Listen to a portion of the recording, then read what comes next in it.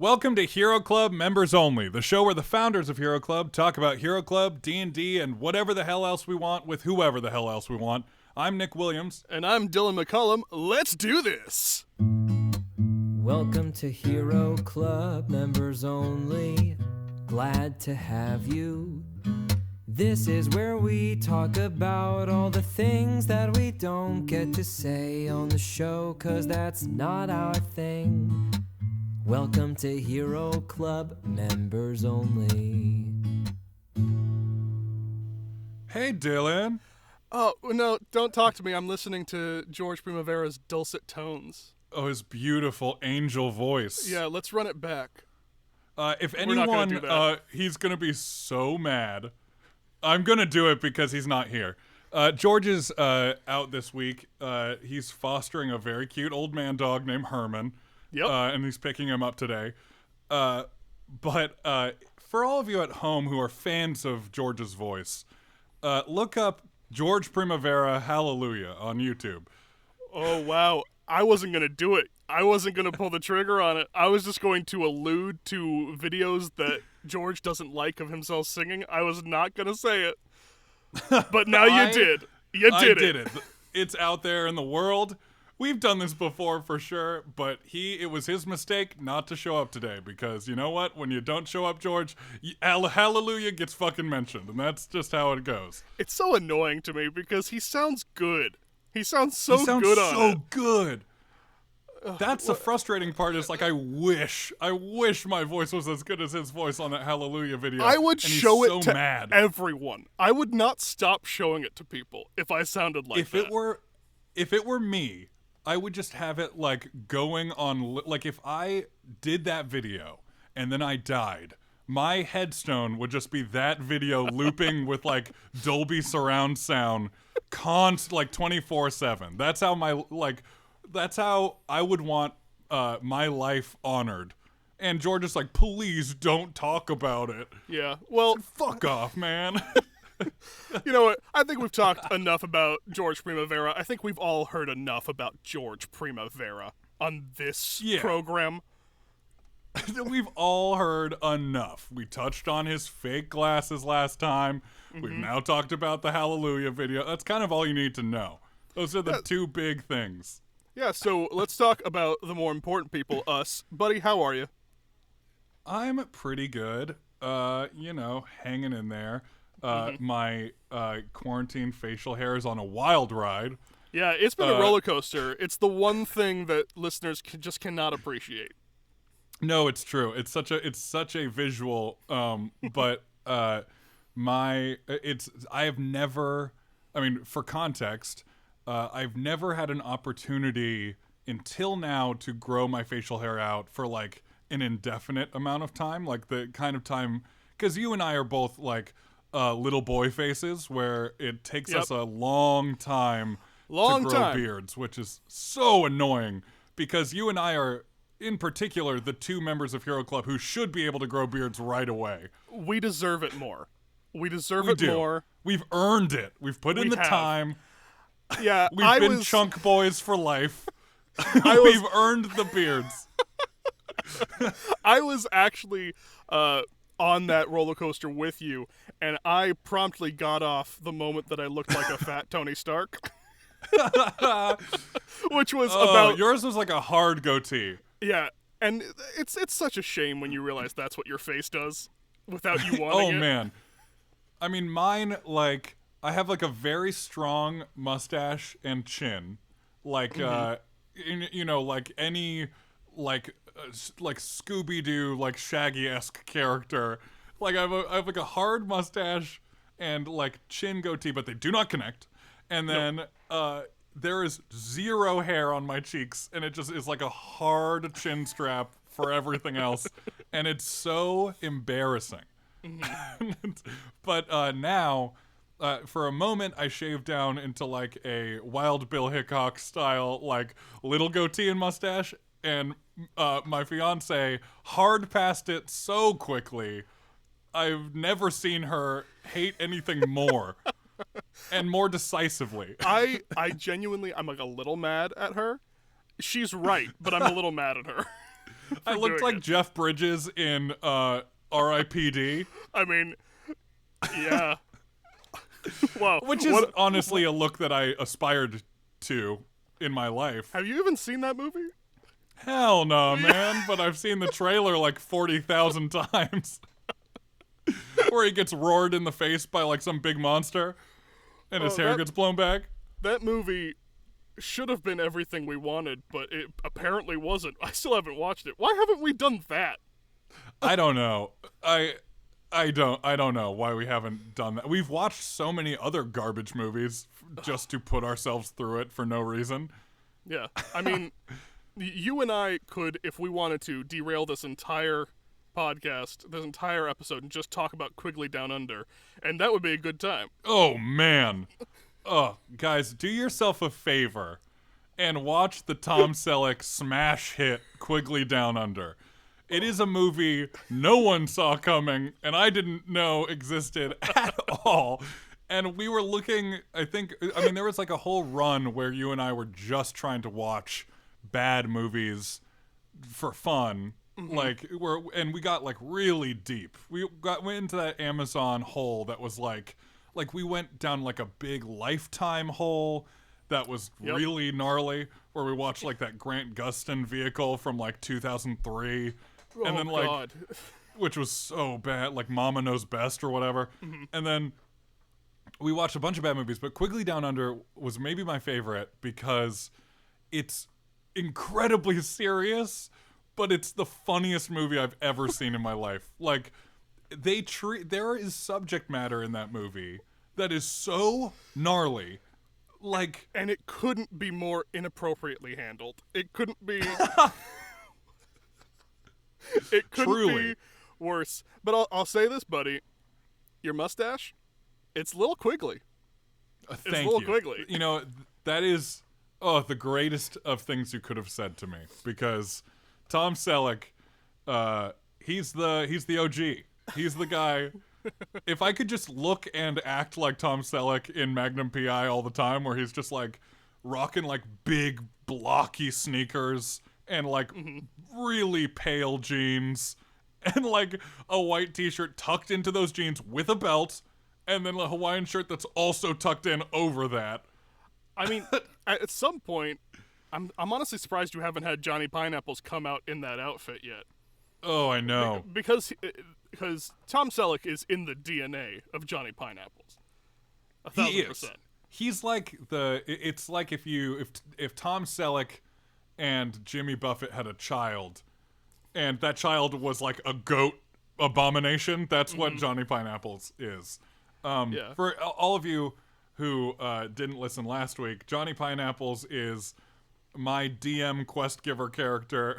Let's segue into that. So Dylan and I have been playing this kind of big hub world campaign thing that George created called Clearvale. That's like this, it's basically like a bunch of DMs all run one-offs that all take place in the same shared universe, like in one city. And we have like a Discord that has like shops now and all sorts of crazy stuff. And I had never DM'd before. Right. And I was going insane during all this quarantine time. Yeah. And I came up with this character who I wanted to play as, named Johnny Pineapples, who was a satyr bard, who was a college of mixology, which means that all of his inspiration and like fun magic came from mixing magical cocktails. And his the title was Johnny Pineapples Tiki Troubadour, and he just makes fun tiki drinks all the time and lives that buku vacay lifestyle. Yeah. And then No, and George basically was like, you don't want to just make that character. You should like make it the best it can be and DM as that character, because then you can have anything happen. And I was like, you're right. Yeah. Yeah, you don't want to be stuck at level 3 when you really have level 20 aspirations. Well, it's just funny because when I started DMing, I had a backup character that I created. Lavinius de Neville, the sanguine dancer of the Marrow Valley. Yes, of course. He is sorry, the that opposite. my dog growling at Arwen. a child. Oh, Sorry if you catch the growling that is happening. Arwen, Hey, it's okay. good job, Arwen. Get that kid. Good job. Good Get that kid. girl. She is terrified of anyone who steps foot within 100 yards of our house, including small babies. Anyway, continue, please. Oh, yeah. No, it was just, it's funny because we both had characters that we created as characters to play in the game that then got upgraded to DM NPC Yes. quest giver. So a character that was never meant to have any kind of prominence, both of us, in very different ways, suddenly became two of the most elite members of the entire city. Yes. Pivot, like, pillars of this entire, like, universe. And they have no business being there. And No. And they're slowly, I'll say this, because I've played in a couple of your games already, they're slowly making sense as as pillars, but to get from where you made the character to then just deciding, okay, how do we make him this, is crazy. It's also kind of what we're talking about today. Yeah, we thought Nailed it. because I Dylan nailed and I nailed good segue, Dylan. Thank you, bud. Dylan and I are we both started DMing, but our bones are in playing. We are players first and foremost, and we have made kind of together, especially Dylan and I hit the D&D Beyond character creator hard when it came out. Both of us, I mean, we each have upwards of like 90 characters in there that we will never ever play, but we've created them and we're so proud of them. And most of our text thread is just like yelling things about people that don't exist at each other, which is great. It's like, Dylan, his parents they turned out to be snakes, and that's a big part of why he now kills any reptilians he sees. And it's funny because a lot of those characters, And so we thought we'd talk about that. Yeah, we'll talk about that. We'll talk about that because a lot of those characters, and at least for me, have become NPCs that are just insanely fleshed out, like way too fleshed out for any kind of NPC to be. Me too. But yeah, I want to talk about, and I think we want to talk about just the joy of just simply creating a character, because a lot of the time, and for a while when we weren't playing that often, that was our kind of main experience with D&D, was just going through creating characters. And I think that is actually a lot of people's experience with D&D, is just creating a character and hoping one day they'll get to play it, hoping one day they'll get to use it. But the creation of it is just as fun for me. Truly it is. It's totally. Maybe more fun. Honestly, more fun because in some ways, because at that point the horizons are like wide open and the character is a fresh slate and could go anywhere from that point. Yes. And it is daunting. Starting out creating a character is very daunting. Yeah. I think part of, everyone has their own journey when it comes to like character creations. And it's funny, like I was talking with Aaron, who we had on last week about this, where I think in the very beginning, you kind of create characters that you think are cool and like you think you would like to be most like. And then the journey is eventually you just create characters who are you, like characters who like are one very extremely truthful aspect of yourself personified. I think like in the very beginning, like all I wanted to do were like big dumb strongs who did a bajillion damage and like murder hobos. Like that was like my whole jam. Yeah. Like one of the hardest and biggest left turns in your D&D career is one of the first things that people who listen to the show will hear, which is that you're playing Hank and you're not playing Charlie. And that is a huge departure from what you had created, because basically Nick just churned out a different kind of Big Charlie every different game. Yes. For years. And then suddenly, worse Big Charlies. Big Charlies with like less heart and no brains. Yes, that is also true. And then Nick created Hank, which I think we all can agree is an incredible character. We love Hank. Also, thank you. Love Hank. so much, and also dabbled into, in the past few years, you dabbled into your first real spellcaster with Hank, where he was just a rogue and had a couple spells, because spellcasting is, like we said before, daunting. When you're looking at that list of spells and all the things that they can do, and it's not just I punch or I stab, it can get a little scary. But totally. I mean, there's so much. And I was, for a long time, I was like, I'm not ever touching that. I'm not even going to, like, get close to, like, playing a character who's, like, a spellcaster or, like, a support character that, like, only heals or, like, what. Because I was just like, I don't want to deal with that. I just want to, like, run in and smash shit, and that'll be easy and fun for me. And now, like, none of that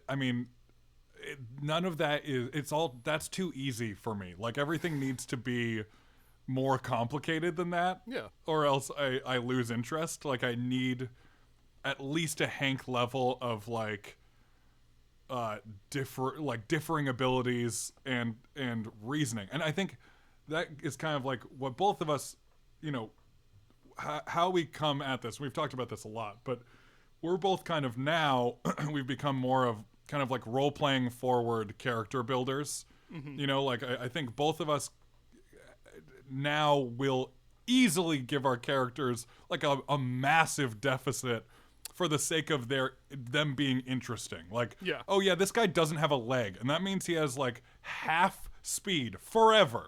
Yeah. But it's because of a really interesting thing that happened to him. Well, I mean, that even transitions into why you took levels in Wizard for Hank. You didn't take it because it was the optimal choice. I mean, it's cool. It does give him some interesting combos, but you took it because of the 5-year jump, the time jump. Was it 5 years? Did we make it 10? It was 5 years. Yeah. The 5-year jump where, you know, and you can talk about why you took those levels in Wizard and why Hank decided to go down that road, but it was not a mechanical thing at all, because you probably would just be doing more damage as just the straight rogue a few more levels up. But for sure, I would definitely be doing more. I mean, the rogue class that that Hank is, which is a middle finger of Vecna class. Yeah. Sorry. Mage Press. Mage Press. It's like the investigator, which is kind of their Lovecraft, kind of John Constantine guy. And so you get like some cool spells, but I really wanted Hank to have like learned, like gotten some real knowledge. And at most I would have just gotten like 1 or 2 more spells from that, and I wanted like a book. Like I wanted the spell book. I wanted cantrips and like 4 of each. Like I just wanted the full gauntlet so I could really kind of stretch out. And I mean, now with like where the season has gone, it really lends itself to that because it opened so many doors to like, you know, now with like the Necronomicon stuff, I'm like learning new spells, but they're all really gnarly. And so it's this kind of like fun wrinkle to Hank's character that definitely makes him less powerful, but cooler, I think, in the long run. Well, I feel like he's also been, and you have also been leaning into this, using spells more than just sneaking up and stabbing people. Yeah, I mean, Hank was definitely I shoot and then I stab and then I hide. Yeah. And that was like who he was season 1. And I mostly used spells for like mechanical stuff and like support stuff. Like I would use a spell to change my appearance out of combat for like a fun roleplay sequence or whatever. And now like spells are definitely the bread and butter for Hank. I mean, like he throws Firebolt like 300 times a season. Yeah, the amount of times you've said hole in fire, like I swear, I don't think you've even shot a gun this season. Maybe. I think you've only been. I shot a gun one time, and it wasn't even in combat. Yeah. So, and if you go back and just listen to the amount of times Hank shoots a gun in 6 episodes versus the amount of times you it's insane. Yeah, he's totally changed. But I mean, it's cool. Multi-classing is great because just because of this. Like multiclassing, there are a lot of like cons to multiclassing, like taking another class on late because you don't get a bunch of shit that you should have gotten later in your first class and all that stuff. But you do get like, it allows your character to learn stuff. Like it allows you to be like, my dude spent 3 years in a monastery. So now he's a fucking monk on top of whatever he was doing. And that's just like a really cool color for, whatever you're doing. Yeah. Yeah, I mean, like with Marty, he was a little bit of rogue, a little bit of warlock for Here There Be Monsters, and it was very specific part of the story that we don't even know the full story about what the hell was going on there, but he did. Yeah. And Vivian was a very odd, rich character. Yeah, and that is definitely another character not born from maxing out your character's stats, because I mean like that he took 2 classes that like kind of work together if you do them certain ways, but he really took them because he was a rogue who became a warlock, and and it's perfect for his character, and he has just the right amount of each in such a cool way. So now that we've talked about Hero Club, we've done the due diligence of talking about the thing that you're all here to hear about. Yeah. Do you guys want to hear about some insane characters? You guys want to hear about some insane things that Nick and I have both created? Yeah, let's go into the D&D Beyond backlog. Yeah. For both of us. Yeah, let's try to explain ourselves to people. Yeah, so should we start with our Marvel era? Maybe we'll start with the Marvel era to give people an idea, and then go into like the prog rock, what the hell are you thinking era. Yeah, like yes, exactly, where the wheels fall off of our careers, and like we're doing polka like Bob Dylan, and like no one understands what's happening. Everyone's mad that they bought tickets. That's like, we'll get there. So right around the time that Endgame came out, we being massive MCU fans, which we are, we were like, we have to figure out how to roll up like playable versions of each Avenger. And we ran the full gauntlet of like every single Avenger, and some of them are like really obvious. Yeah, like some of them are super super clear, and some of them are really weird. Like some make they make total sense once we've cracked them, but it was a lot of Dylan and I like on the phone being like, okay, wait, Eldritch Knight doesn't fit exactly, but like it could work. But maybe if we take this one ability and put it on a weapon, would that work? Yes. Yeah. Yeah, and what if we ignore every other ability from this class and he only does this one ability? Yeah. That works. And you know what? That's homebrew. That is yes. That's how you start homebrewing, is just take a thing from one class and put it on a weapon or put it on a magic item and just go like, oh, he also can do this for some reason. But which of course. Which Avenger do you want to start with? God, I think let's look at Thor. Because Thor, I think, is a really interesting one because I don't think we went like the obvious choices necessarily for Thor. Yeah, we went a little off. We went a little, it's like, kind of clear, but we went a little different. And here, I'm going to send this to you, Dylan, so that you can also be looking at it. Right. For the show. And that's just a little bit of the spicy behind the scenes action that you get from listening to members only on top of listening to Hero Club, because members only is the sloppy one. So looking at Thor, we made him like a level 12 variant human cleric / barbarian. Yes. Now, variant human is like the greatest trick in all of D&D because variant human They nowhere does it advertise this. There is human, normal human, which is fine. Yeah. And then there's variant human, where you get to bump all of your, like, 2 stats up by 1 to begin with, and you get a feat, which is, like, just some crazy extra fun ability for no reason. To begin with. And most characters have to wait until, like, level 4 to get their first feat or stat bump, and you just start with both. And they have to choose between them when they get to level 4. And it's like, if you want any character and you don't mind if they're a person, make them variant human, because it's great. You can really do a lot with them. Yeah, And variant feats human. are the best. Variant human is our bread and butter, and feats are. I love feats so much. Feats, I think, are the easiest thing to just decide that you homebrewed. I think if you're gonna homebrew anything, start with a feat. Yeah, because all feats are so powerful that really a feat can be anything. Yeah. A feat can just be like, you can eat fire and shit out bullets and nothing happens to you. Exactly, and it's it's fine. It's fun.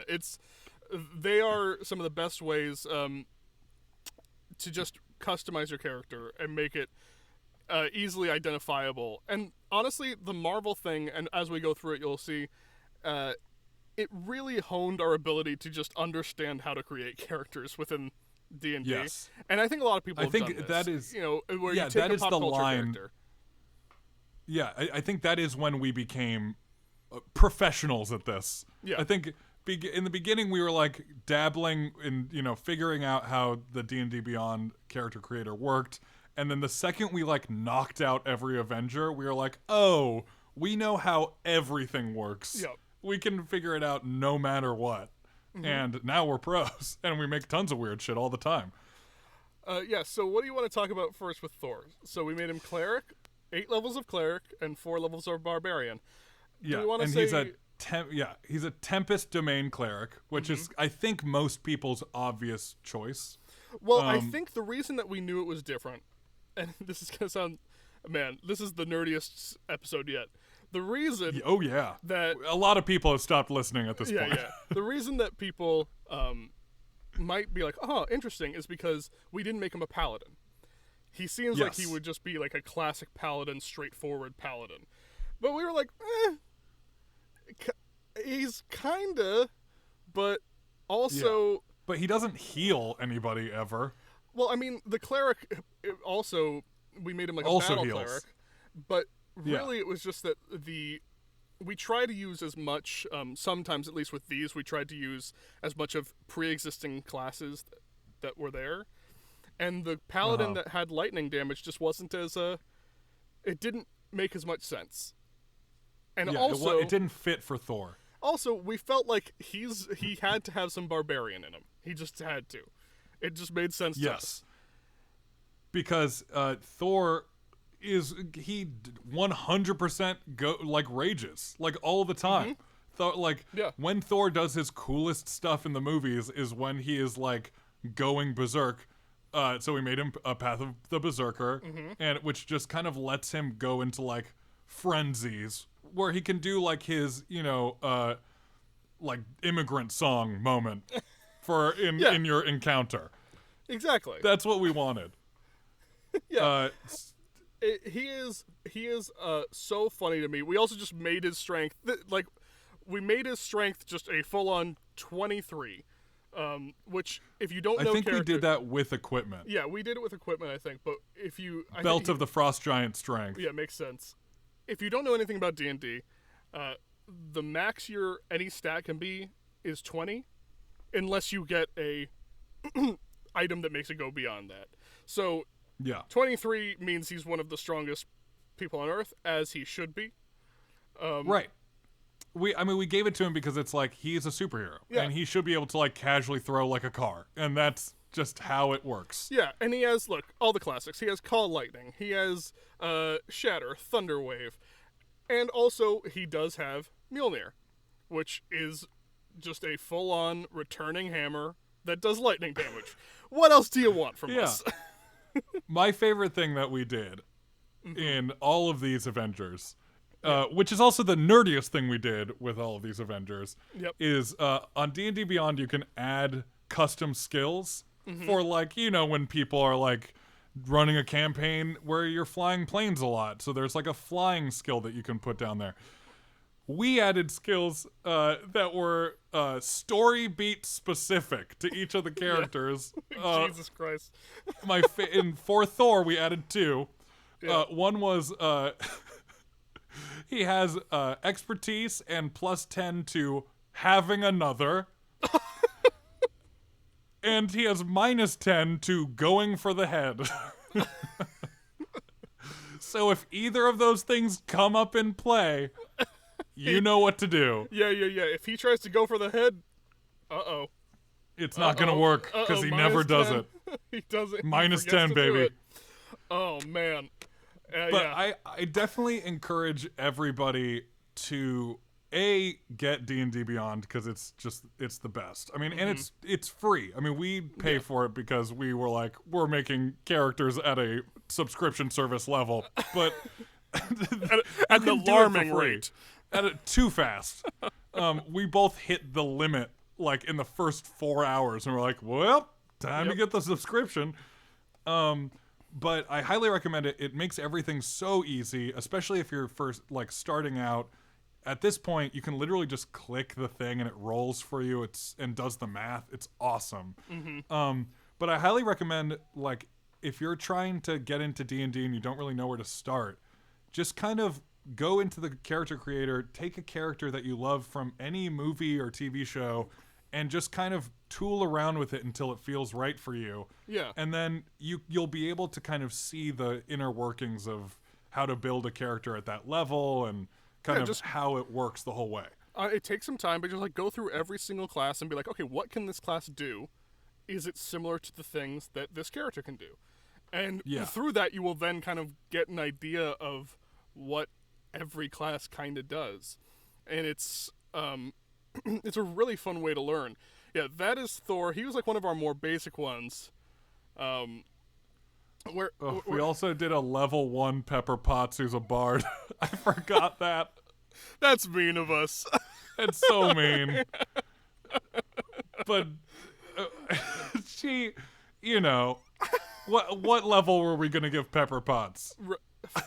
Hey, she's an NPC. As you guys can see, this was before we saw Endgame, where she comes back down, where she kicks ass. Yeah. But yeah. Well, we can go to maybe you want to go to Bruce Banner and the Hulk. Yeah, why don't you pull that up and send me that link? Bruce Banner and the Hulk is one that was like a way more out there one, way weirder. Because you kind of have to deal with both aspects of him. You have to know, like, what do I make if I were just playing as one aspect of the Hulk? Yeah. Like, if I was just playing as the Hulk, what would I do? And if I was just playing as Bruce Banner, what would I do? And I think a lot of people think of it, and there's definitely homebrewed. And like I said, we tried to use classes that already existed. And I'm sure there's a lot of people that would say, look, barbarians, what they do, as you've seen with Charlie, is that they rage. So that makes sense, but he rages into a much larger creature. The only thing that for me, because I'm nerdy as hell, that made me go like, I don't know, is that barbarians, even when they're not raging, are super strong, just all the time. Yeah. And not smart, usually, at all. Yeah, but Banner is super smart. So I was like, how do we make a change where a character is very smart, very weak, kind of useless, but then becomes something incredibly powerful? And that's when I landed on 10 levels of Druid, Circle of the Moon, and 3 levels of Barbarian. So, break it down for us, Dylan. What happens is, Druids have this thing called Wild Shape, which is just they are able to turn into an animal. There's a certain Druid that can, at a high level, turn into a giant elemental. So, like, a giant rock golem, essentially. Even bigger than Charlie. Yeah. You can turn into a monster, like the Hulk. Yeah, like the Hulk. And And you get the stats of that monster, Yeah. like the Hulk. So an Earth Elemental, which is a large creature, has just a very low intelligence, Yeah. like very low dex. Like it's just everything made sense to me that no, he's not just raging, he's turning into another thing. It also Yeah. means that when he's a druid, I just gave him no spells. Yeah. I didn't give him any spells at all. Yeah. He has like some good checks, like he's good at medicine, insight, like nature, like arcana, which is usually he's like smart. He's Yeah. a really smart dude, but he can't do anything really. no. He has an armor class of 10. He is not very strong, but then, and here's my nerdy thing, is that on D&D Beyond you can customize the names of things, and I named the large elemental that he turns into the other guy. I feel like we're telling them too much. I feel like we're showing too much. This is too much of our inner lives, and not. We need more exterior. Yeah. Should we Because just this is too much. should we just We're go going to. go straight into an episode of Power Strangers? Should we just go? Oh God. Let's just steer into the skid. Yeah. No, but so and it's that kind of thing where I intentionally made Banner useless. Like I made him very weak. I rolled him minimum HP that you can roll, so that he has really low HP because he's just a dude. But the fun part, like the Hulk with Wild Shape, which this was awesome because I never would have thought of this in a bajillion years. I don't think anyone else would have either. But the fun part about it is like his stats can be awful because all of them swap when he wild shapes. I mean, Everything he gets a new swaps. strength, new dex, new like everything changes, new health, like new AC, everything is different, new attacks. So it's really fun. Like it makes total sense, and I've never seen that build out before. So that, and it also made me like a guy who never in a million years would be like, I should definitely play a druid. Like it made me realize like, oh, you can really do some interesting stuff with these classes that I kind of never looked at.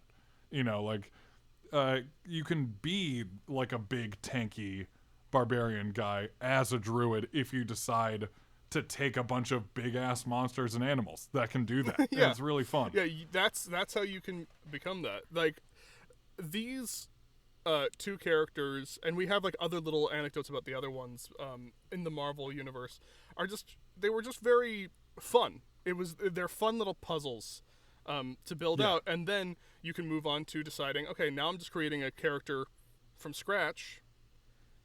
What do I want that character to be able to do? And you do the same thing. And for me, like I, once I was able to do that, I could kind of be like, I loved our build out for, Captain America. I want to make a guy who's not Captain America, but like can do similar stuff because that looked really interesting. And then I kind of and like, honestly, that's where the idea for cheeseburgers came from in our Rift Rats series was when we built out Iron Man, I was like, this is such a cool build. And we were using this mage hand class where you get a suit of armor that's like attuned to you and you get like all of your warlock spells are channeled through this armor. And I was like, that is so awesome. Yeah. And like, I want to do that. So I made Cheeseburgers, who's definitely not Iron Man and shares almost nothing with him other than the fact that he's a brilliant mechanic and has a big mech suit. Yeah. And it's super fun. It like really kind of it's like a writing exercise for character creation where you can kind of like start the ball rolling on something that's familiar, and then it allows you to really open up to a bunch of weird different ideas you didn't know about before. Yeah, I think because, we want to have time to have like a little fun at the end, let's talk about one more pair of characters we created together. You think? This was a tandem, which is really fun. We've never done this before, but it was really fun. One day, we still, again, have never played these characters. But they are two characters that we really love. Dylan and I were just like, what would be a really fun character duo for like a classic fantasy, like Knights, Swords and Shields campaign. And we came up with these two characters, Sir Persepolis Kent and his squire Paunch. Which are two of the greatest characters we've ever come up with. Yeah. I mean, should I start with Persepolis and then... Yeah, I think that they'll start to understand what we based it off of when you start going. But yeah. So, my character, Sir Persepolis Kent, or Sir Percy, he's a centaur fighter, full-blown knight, full suit of armor, but he does not realize he's a centaur. He thinks he's just a knight on a horse and treats his horse part of his body like it's its own entity and it has its own name, and just goes, whoa, like whenever he stops, and he fights with a lance and like a full armor and like shield and sword, and he is like a full-blown Don Quixote. yeah. Just like, I must attain glory for queen and country. Just chasing every windmill that he sees. And his squire, Yeah. Paunch. Yeah, Paunch is a gnome. And Paunch was told by by Sir Percy that he had to be everything, anything and everything to him at all times. And so, and I know that people do this at one time or another, that they'll try to make this character work because it's hilarious. Squire Paunch has a single level in every class. He's just not good at anything, but kind of good at everything. He's like pretty shitty at everything. He can do anything. The amount of cantrips. So when you are like a first level caster, you get cantrips. Since he's a first level caster in every caster school, he has, I think, every cantrip that you can cast. He has it. And he just is insanity. He's level 10 and his highest level spell is 3, which is abysmal. It's terrible. He has a rapier and he can only attack once per turn. And this was one of the funniest things we've ever created, because we thought that it would be like these two characters would ruin games or make it the best game of your life. Yeah, my favorite thing about Sir Percy is he has a strength of 20, but all of his other stats are dog shit. Like absolute, like high con, nothing else. So like his skills are like +0, +0, +0, +2, +4, +0, +0. Like he is not good at anything. Athletics +9. Yeah. Like, and then like, so he is great at attacking, but doesn't know that he's a centaur and doesn't know anything else about anything. And Paunch just kind of tells him where to go. Yeah. And points him in the direction of things. One day we will get to this character. I will say this though, that a lot of my characters, you have, I think, a lot more individual characters than me. I have a lot of characters, and then they're like level 2 version, level 5 version, level 10 version, because I like the idea of being able to play the character at any point. So the level 20 version of Paunch is Sir Paunch the Squire. And because of all of the things that he has advantage on like every single saving throw and skill check. Like at that point, he actually kind of is amazing to look at and behold. Right. But that's when you're level 20 and you're essentially a god. Yes. Oh man. I do. Level 20 is like the cap for characters, and I do love, like, one of the things I do love about 5e is that they got rid of like the fact that you're literally a god at 20. In 4th edition, you were literally like, no matter what character you are, you can fly, and it's like, what the fuck? I forgot about like, that. I don't want I don't want my cool barbarian guy to suddenly be flying ever. Like, that's not what I want. I want, like, what they did with 5e is you're just, like, the greatest that there's ever been at whatever class it is, which is great. Mm-hmm. Like, it makes so much more sense that you're just, like, a legend instead of, like, you can fly through walls and shoot lightning from your eyes. No matter who you are, it doesn't matter what your backstory is. So, Nick, we're both DMs. Yeah. Now. Insane. We're both players. How about for this week of travel? Yeah. Travel edition, D&D travel edition.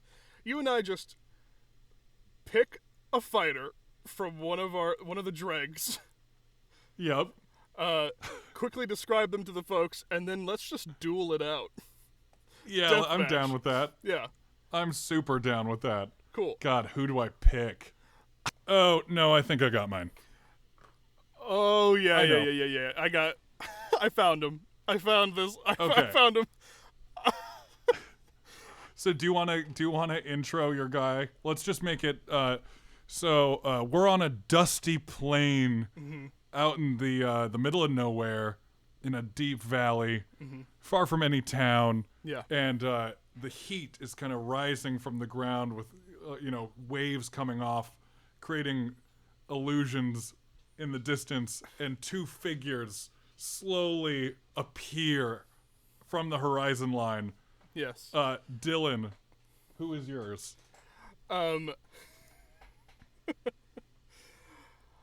Mine is Trixie Dink and his pal Bigley, servants of Malazabal, the djinn of the Southern Wilds.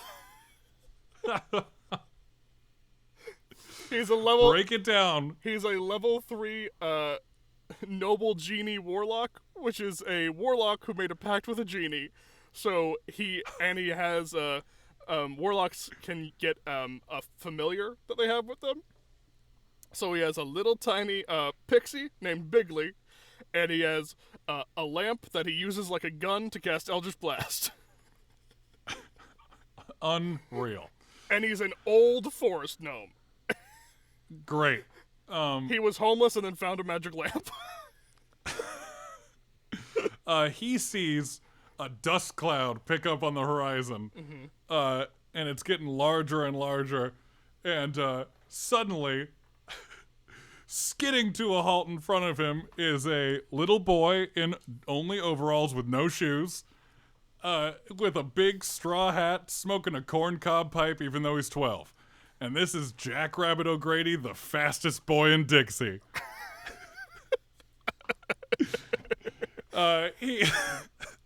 He's a level 3 monk, Way of the Speedster. Which means that his speed is 80 feet instead of 30. And his only weapon to speak of is a little Bowie knife that he stabs people with and runs away. Real fast. Okay, so let's just let people know so that they know what we're doing. So our armor class, because usually travel D&D is just above 10, we're just going to be trying to hit each other's armor class, which is like, the number we have to beat when we roll. Mine is 14. Trying to kill each other. Yeah, mine is 14. Mine is also 14. Perfect. Anything above 14 is a hit. Anything below 14 is a miss. And I have 24 hit points with Jackrabbit O'Grady. I have 30. Let's do this. Oh boy, starting at a deficit. Let's do this. Let's roll initiative. Roll initiative.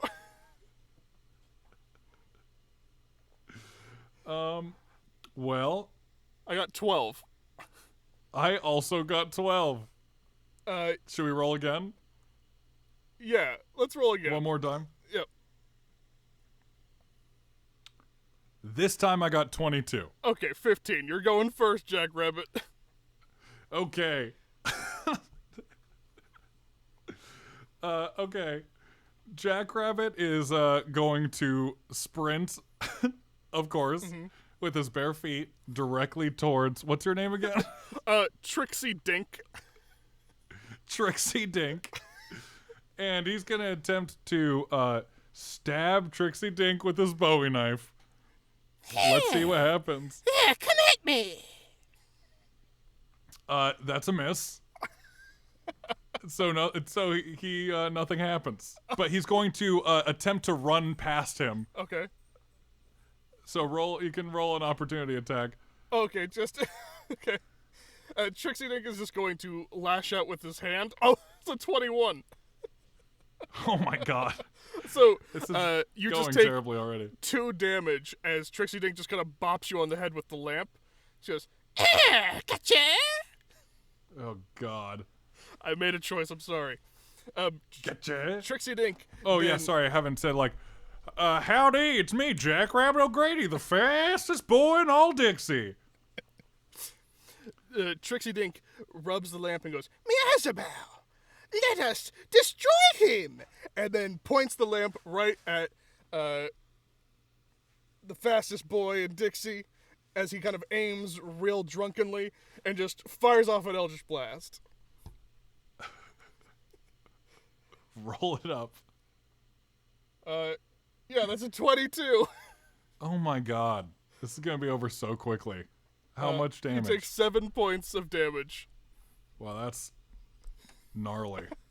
Down to 15. Okay, Jackrabbit makes a big circle around. Yep. And he's going to run in and try to stab at Dink again Okay. with his Bowie knife. Uh-huh. That's a 21. That hits. And he's going to flurry of blows to punch him twice. Okay.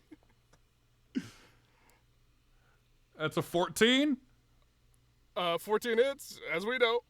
And a 24. Yeah, so that's going to be 3d4 plus 12. Mm-hmm. Okay, let me roll it up. Oh, no. 19 damage. Oh, my God. And he's going to run away again. 60 feet. He's running away again? Okay, attack of opportunity. Let's do this attack of opportunity. 21. Oh my You god. take 2 more points of damage as he just kind of weakly just goes with the lamp. Great. Bigley is nowhere in sight. Then he looks down at the lamp and rubs it once more and goes, Meowsabou, protect me! And then a blast of ice flies up into the air and encrusts itself all on Trixie Dink's tiny, frail body. Oh my And he's god. just covered in ice, and he's like, hey, come. I cast Armor of Agathis, which gives me 10 temporary hit points. Oh, fuck you.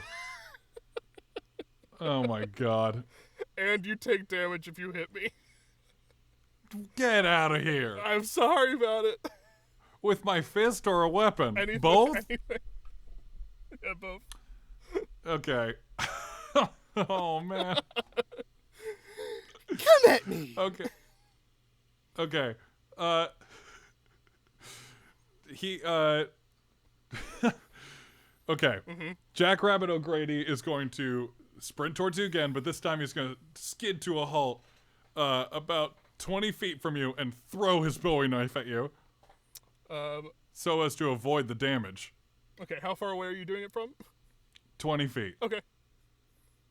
Roll Okay. the attack. All right. That's a 20 Yeah, to that hit. hits. Okay. And you take 6 damage. 6 damage. Ugh. Ice shards go flying off of Trixie Dink as he just stares at you like down the barrel of the gun and just goes, Meowsabou, fire! And just another Eldritch my Blast God. fires out of the nozzle of the lamp. What is your health right now? That's a 15 to hit. Damn it. 15 to hit. And that's going to... You're going to take... Oh! 1 point of damage. Yes! What's your health currently? I'm at 12. 15. Okay. All right. This time... And you still have the icy armor on, right? Yeah, it's still on me. Okay, well, he this time Jackrabbit O'Grady is going to sprint in and punch you, and he's going to go ahead and take that damage. Okay. He's going to punch you. He's going to hit you for 18. 18 will hit. And do 7 damage. How much do I take? Let me make sure. You gain if creature hits you, you take 10 cold damage. What? Yeah. Oh my god. So you hit me for Well- 7. But now Then he's going to... the armor is gone. It's gone? Yeah, the armor's gone. Great. Then he's going to immediately cast Flurry of Blows. Key point flurry blows, okay. Key point Flurry of Blows. Uh-huh. That one doesn't hit, Okay. but it's going to strike again. And that one is a botch. How do you want to do botches? You want to do the D100? Yeah, fuck it. I'll do the D100. Yeah. Roll it up. Okay. I got 32, so I think that's just like a miss. It's just a miss. Just a miss. Yeah. You're good. And he's going to use his last key point to disengage and run 80 feet away. You can't because you already flurry of blows.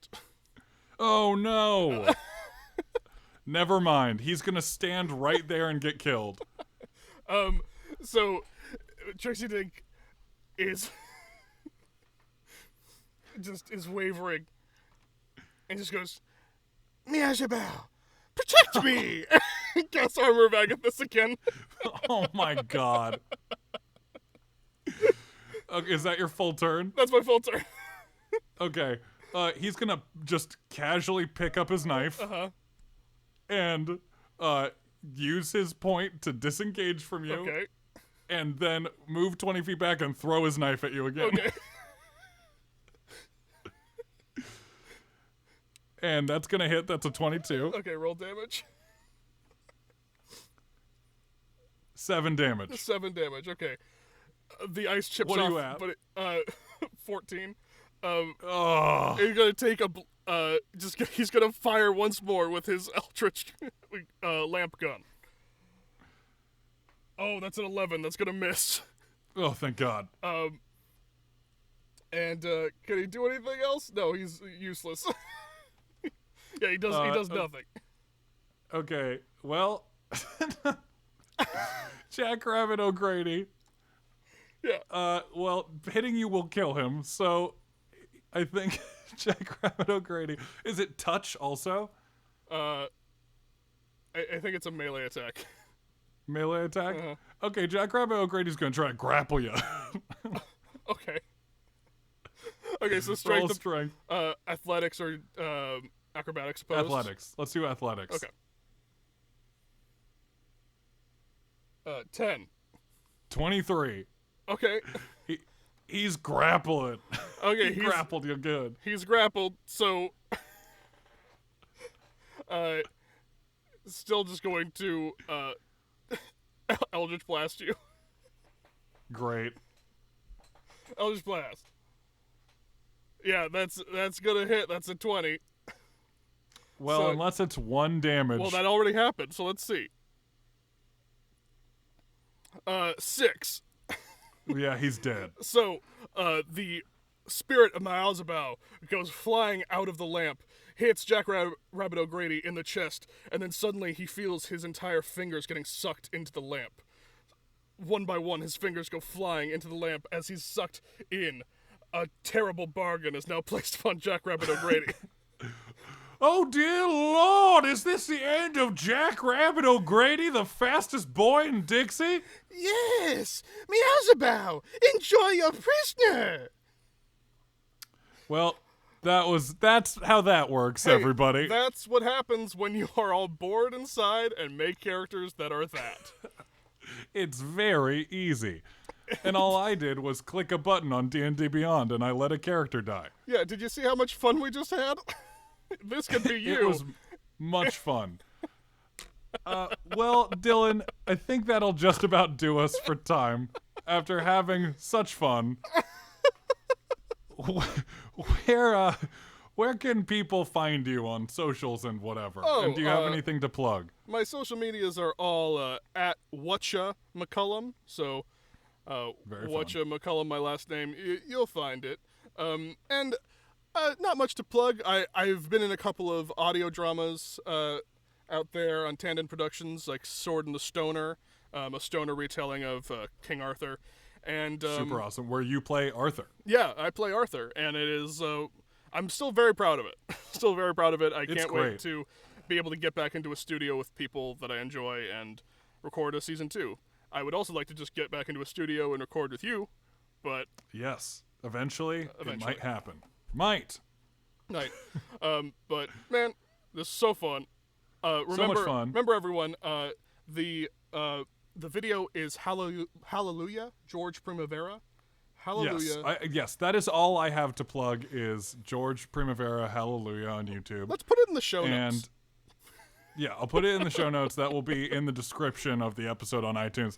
And just come back and check out Hero Club Paid Back in Spades episode 8 next week. Oh, yeah. It's a really cool one. And you're in this one as Marble Mouth, and it's creepy as hell because that's the only way Dylan McCollum does it. And it's great. So check it out and follow us at Hero Club Podcast on Instagram. And we'll see you next time. Yeah, see you next time. Bye, guys. Bye. Welcome to Hero Club, members only. Glad to have you. This is where we talk about all the things that we don't get to say on the show, 'cause that's not our thing. Welcome to Hero Club, members only.